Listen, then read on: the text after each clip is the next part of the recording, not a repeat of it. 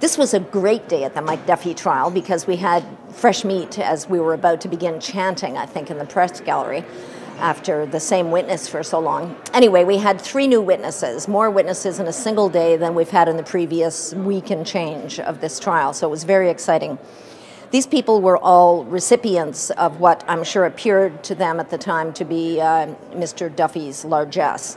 The suspended senator paid a makeup artist $300 through one of the companies organized by his friend, Gerald Donahue. He paid a volunteer who had worked once a week in his office, had her sent a $500 check. And then the most glorious witness, the fitness trainer come consultant.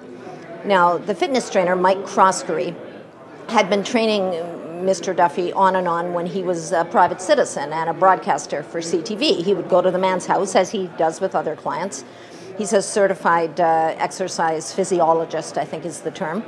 And he would go there and he'd put Mr. Duffy through his paces, he'd ride the bike, he'd do some gentle stretching, he'd do some resistance training, and they'd talk, of course. These exercises were never so vigorous that Mr. Duffy couldn't carry on a conversation.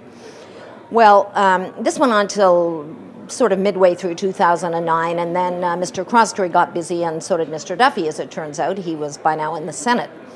And in 2010, they resumed their relationship, but this time, though Mr. Croskery did essentially the same services, he put Mr. Duffy through his fitness paces, and they chatted.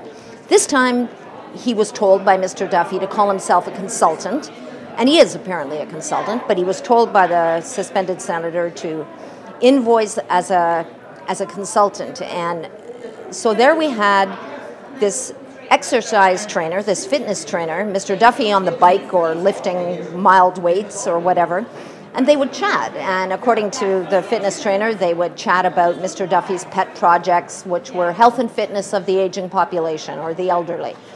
And Mr. Croskery never brought any notes with him. He never did any particular new research. He never produced any product. He would come, he would talk, he would bill, the taxpayer would pay, where Mr. Duffy, as a private citizen, apparently had actually written a personal check. Who knew he had a checkbook? But he did. But that all changed when he started working for Senator Duffy. Senator Duffy, he was paid through the same company that the makeup artist and the other person were paid from, and many others. And essentially, I think a cynic would look at what went on here and say that the suspended senator and the fitness trainer figured out a way to monetize their relationship and their conversation. And so they did, and you all paid for it. So have a good sleep tonight.